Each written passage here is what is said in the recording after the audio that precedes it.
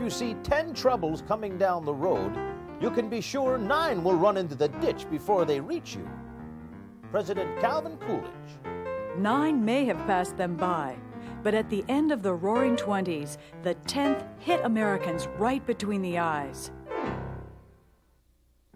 The 1929 stock market crash brought prosperity to a sudden halt. Banks failed, businesses collapsed, and the United States entered the worst economic crisis in its history. By 1932, 1/4 of the nation's workforce was out of work.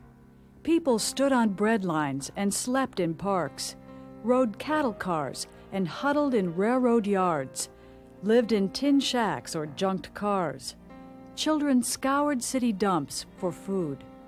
I remember seeing a few people on the corner selling papers,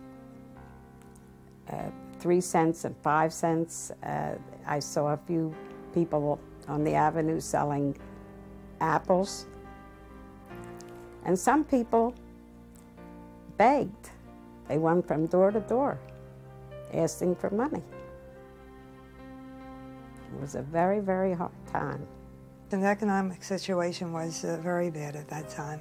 The banks closed and people couldn't get their money out. The Depression years in the 1930s confused American people. They'd always lived by the notion that they could achieve the American dream if they worked hard, if they saved, if they followed the rules. But in the 1930s, it wasn't possible. This is the story of the Great Depression, of the people who lived through it, of the president who struggled to end it, and of the legacies it handed down to all of us.